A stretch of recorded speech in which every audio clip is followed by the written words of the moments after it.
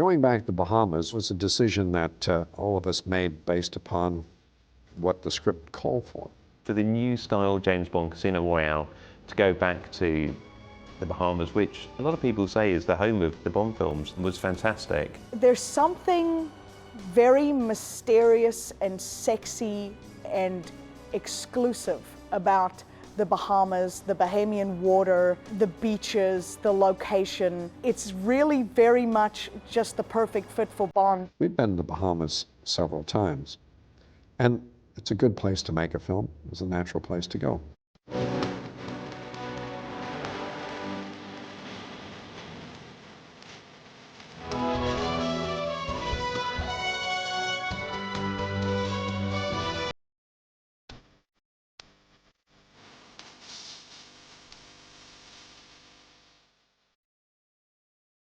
Bond, he's who every man wants to be and who every woman wants to go to bed with. Very glamorous locations. The Aston Martin. The girls and the gadgets. James Bond is legendary for class and taste and elegance. The islands of the Bahamas are part of James Bond's DNA. We wanted to go to the Bahamas because there's something still exotic about the Bahamas. And it just seems the right spot for the guy. He's in the Bahamas. You woke me to share his holiday plans. When we started Casino Royale, we were going to start shooting in January of 2006, and we needed to find locations actually that obviously were going to have good weather at that time. We scouted Spain, also we looked at Biarritz. We did go down to Croatia. We looked at shooting in Madagascar for real. It was unbelievably complicated. Even to go and scout it was complicated. Peter Lamont suggested the Bahamas. His experience and knowledge of the world and what's been done before comes in to be very important. It's a very, very key factor. My first thoughts were that if we were going anywhere, that we should go to New Providence, Nassau. I was in London and had lunch with Barbara Broccoli and Michael Wilson. They were thinking of shooting in South Africa and in Madagascar. They said, "Jerry, what do you think?" And I said, "Ooh, I have an idea. If you skip Madagascar and come to the Bahamas, I can show you a way where you could shoot both and no one will even know it's not Madagascar because there's a part of the island that would be perfect for it." Jerry's wonderful. He's a hoot. He said to us the thing that we always dream someone will say to us when we're on a location, which is, nothing's impossible.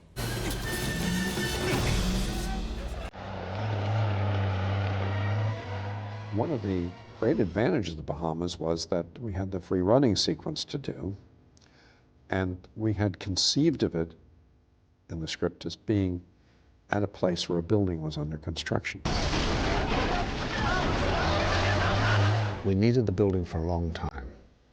Any building like that that appears under construction clearly is under construction. So what you're doing is stopping the construction for God knows how many weeks. We had to find a place where we could create the appearance of a construction site. We didn't think we would ever find anything like that, and we found it right there in the Bahamas, right next to where they had shot Thunderball.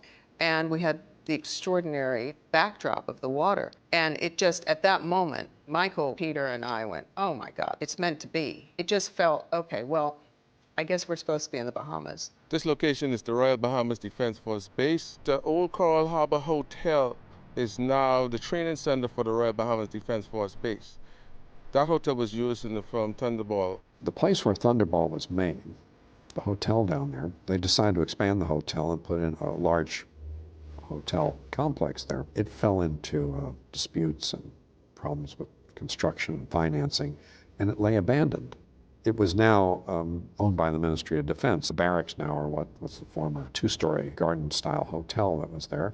It was something that's been sitting there abandoned for 40 years. That was a very, very complicated location to get into. Of course, the big problem was now to get into the place. You can phone up and say you're the James Bond film, and it's very, very rare that you ever meet anyone who doesn't know. We had to jump through all sorts of hoops to get the Commodore to understand that filming on an active base is not going to disrupt the activity of the base. Even the most daunting of locations will see if they can make it work for you. Jerry Insurilio, who is one of the chief executives of the One and Only group, we had dinner with him one night and we explained to him that we'd found this fantastic site on the MOD ground, but we thought it might be complicated to get in there. And Jerry, in his normal, enthusiastic way, said, "Guys, don't worry, I'll sort it for you." Because Bond had such a legacy in the Bahamas, it worked naturally, and the rest is now history.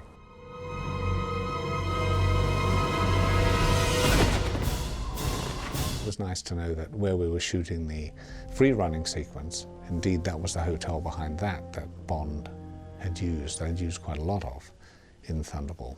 In Spy Who Loved Me, we used it as a base, that hotel, for a lot of our model construction and model shooting. When one of the submarines is being eaten by Liparis, we wanted a kind of a high shot looking down, obliquely down at the Liparis with the doors opening and the submarine in the foreground.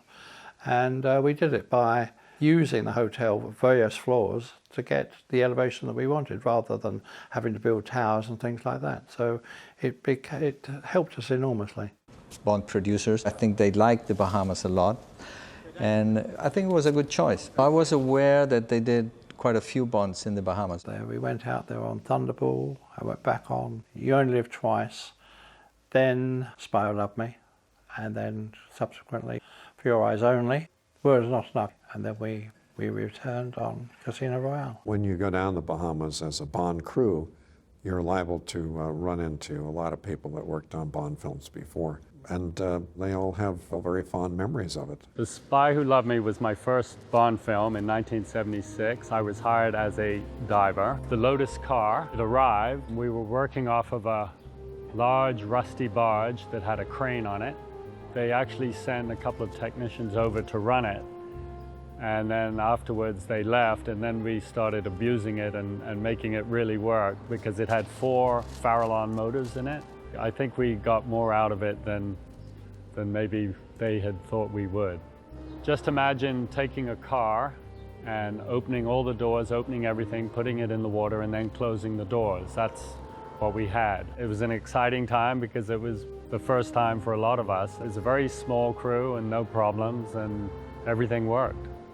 And my big claim to fame in that film was that I got run over and killed by a car underwater, which I don't think too many people can claim. On the World Is Not Enough, I was doubling for Pierce Brosnan in that. Michelle Cove and I, who were the 2 doubles, we got shot out of this submarine, supposedly, and had to do a free ascent to the surface. We had a tether to 50 feet of water, and we were shot with an airbag straight up to the surface. It was a very dangerous stunt because we were at a depth of 50 feet for the majority of the time, and then when we released the airbag, we were shot at ridiculous speeds to the surface. I kept on reminding Stuart that I was holding on to his wife all day. And my good friend Stuart Cove, I once got him for a job, but Stuart is the man here when it comes to diving. I've worked on 3 Bond films, For Your Eyes Only, The World Is Not Enough, and quite recently Casino Royale.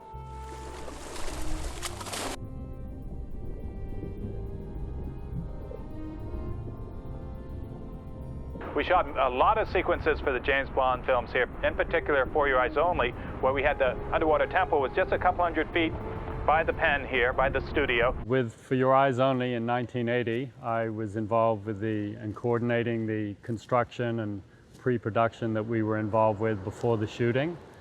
And then when we started shooting, I did all the underwater doubling and stunts for Roger Moore. We had the dragging sequence over the coral. Franny Young was the underwater double for Melina. We got tied together, and then we got dragged behind a boat. Then we figured out how deep we were beneath the surface, and then we went looking for coral that was a little bit deeper. When we made these sequences, we had a whole lot of support staff, up to 30 staff in the water at any one time. There was safety divers for the stunt doubles. We had a whole team that just worked the tiger sharks and wrangled the tiger sharks. This is the area where Bond and Melina were dragged over the coral. They were tied together. It was a very dangerous stunt because they're literally dragged over this razor-sharp Alcorn coral.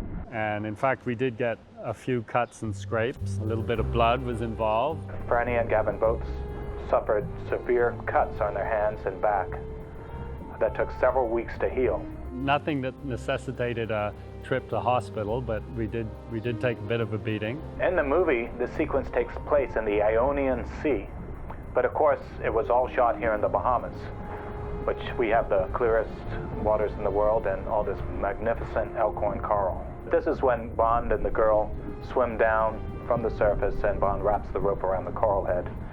And then the rope snaps and the paravane knocks the bad guy overboard. That was a scene where they used Pete Romano as the stunt double. I heard about that. And yeah. he was, and the sharks were just supposed to go around his legs, and we were launching the sharks at him. The shark actually came up, went crazy, went up and grabbed him right between his legs and took him out of the water, and then let him go. And we thought, you know, he'd been chopped right up. Yeah. But he was fine.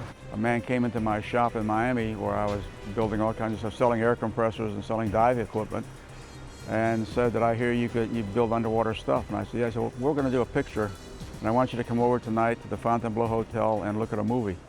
That movie was Goldfinger.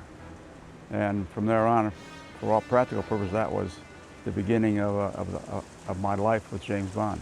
I had 4 weeks to build a sub and 12 sleds.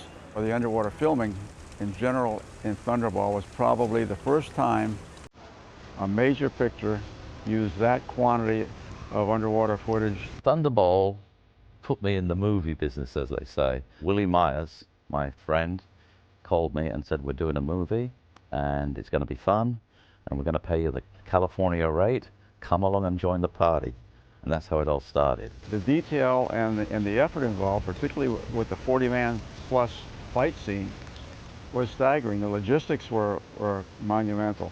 Just finding 40 divers they could put on a dive suit and a weight belt and know how much weight they needed was next to impossible. Thunderball was made all by hurry up, do it, and get it right the first time. We're headed over to the what we call the James Bond site, which is where you sank that Vulcan bomber. That was a lot of effort to get that down there.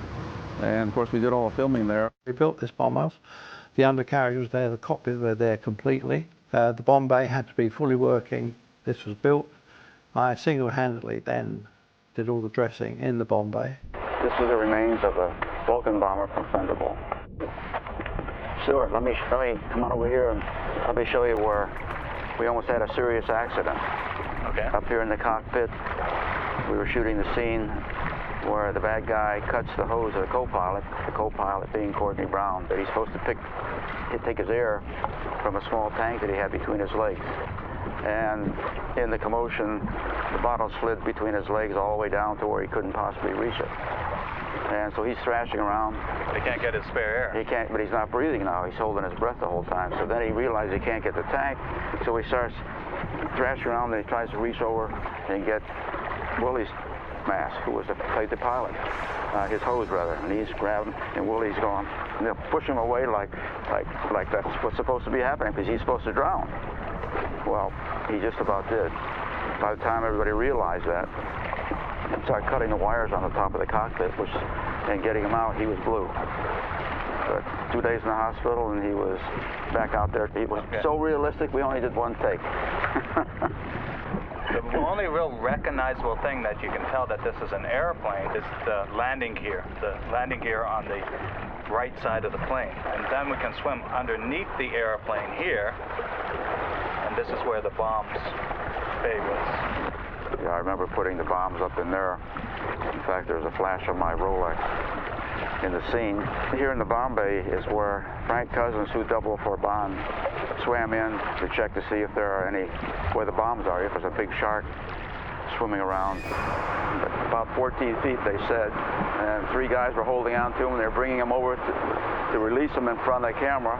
And he decided he didn't want to go there, so he just looked like a dog shaking water, only not that violently. And the 3 guys just went tumbling, and he just kept on swimming. Shark wrangling with tiger sharks, with live tiger sharks, was pioneered in the early 60s by Jordan Klein and Rico Browning. He was the director for the Bond stuff, and we did a lot of shark wrangling throughout that entire picture. 2 divers would go down, grab the shark, tuck him into your side and hold on to a lateral and the dorsal fin, 2 guys, and then you would walk him towards Mr. Lamar. He would roll the camera, you would push the shark, and there'd be 2 other guys out of film who would catch it at the other end. Each shark had its own predilection. Some would swim the same level, straight across in front of the camera. Others would swim down, others would swim up. But once you understood what they were going to do, they did it consistently. So you could say, okay, we need a shark to swim toward the camera. You'd use that shark, because when you turned them loose, they would swim, and as they swam, they got more horsepower because they were getting more oxygen, and they became very frisky at that point. Everybody was apprehensive. Nobody got bitten. The notorious golden grotto sharks, the most savage, the most dangerous. I have never heard of any golden grotto sharks here in the Bahamas. I think that was something these guys made up for the James Bond film, Thunderball. The sharks. We all saw the sharks in our house on Cable Beach. That was at the Sullivan's house. And there were 2 pools there, and that's where we had the sharks. The saltwater pool on the west side was used to house the sharks. They had the Miami Seaquarium boat, would actually catch the sharks at night, and then they'd bring them in. I have one very vivid memory of the filming of Thunderball, and that is at the shark pool. Now here we are, mid-1960s. Sharks are something you read about, you don't see. And we saw some of those scenes being filmed, and we thought it was unbelievable. Sharks going around in circles, looking quite big. They must have been reef sharks. They were going around the perimeter of this circle, clearly restless. And we have a lot of milling about, filming lots of cameras. And I do remember at one stage the water that was feeding the sharks, keeping the fresh salt water in, this massive 8-inch hose came flying out in every single direction and went and nearly threw my mother into the shark pool. Mr. George Moscow owns Palmyra now, which is called Rock Point in real life. He owns a big construction company on the island, and he's been involved in Bond movies all the way from Thunderball.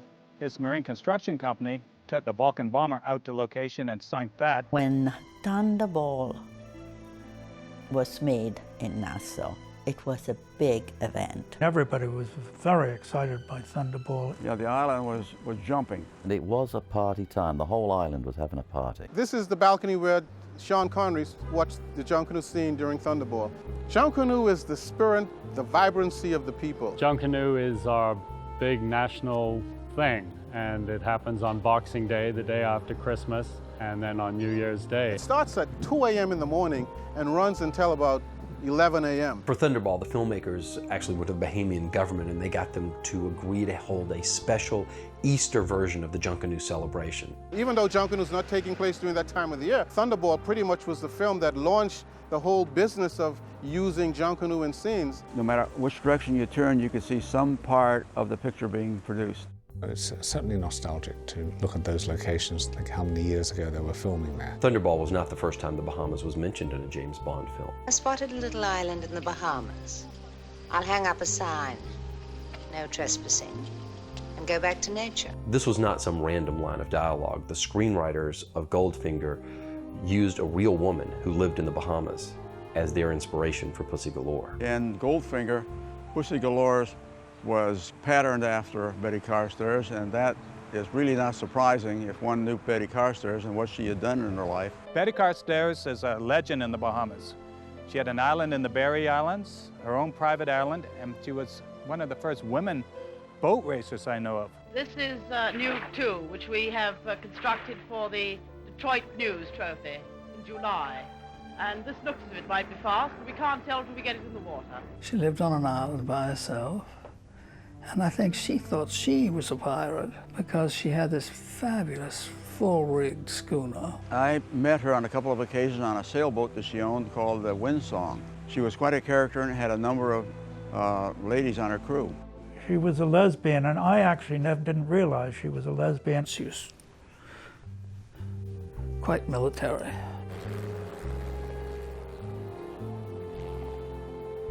And of course, tourists love to know where this sequence or that sequence was shot in the Bahamas. We went out there on You Only Live Twice. This is where Bond has been buried at sea. We sent a model submarine out there, a model of a nuclear submarine out.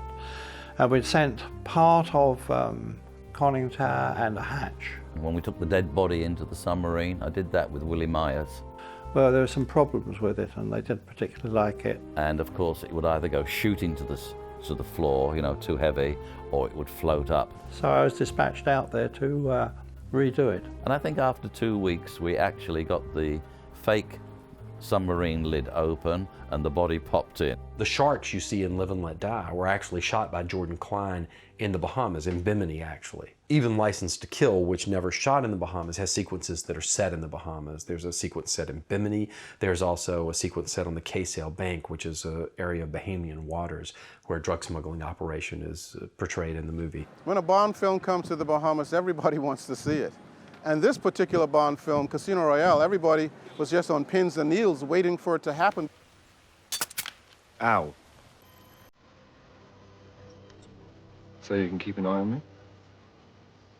Yes. This is Albany House. Albany House is situated on the southwest end of Nassau or New Providence. Well, some of the most memorable parts of the filming here were when Solange came up on the white horse and got off in front of the house, and then Daniel Craig erupted out of the water in his bathing suit, and it caused quite a stir. Even a simple shot of an actor walking out the water is very complicated. We had several boats out just keeping the paparazzi away, and we had people in the woods keeping them away.